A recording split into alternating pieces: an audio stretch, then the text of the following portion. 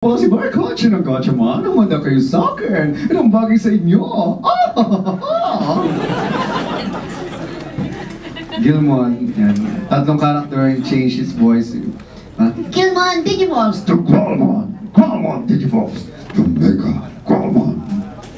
And Cyborg Kuruchan, one of my favorite. Sikat na sikat po yan noon. Pinagkakuluan ng mga bata. Mga anak niyo, mga apo niyo nanonood. Sabi niya, Ha! Ako nga pala si Cyborg Kuruchan, ha! Manda kayo sa akin. Tumparisin nyo, ha! Chichichichicha!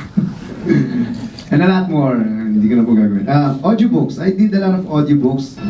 This is No Limit Angel. For the first time in history, ginawa ko na audio. Hindi mo na-appreciate ng mga bata kasi yung Noli. This is maayos ang pagkakagawa at walang lamang ang ibinayad sa isang araw sa manggagawa.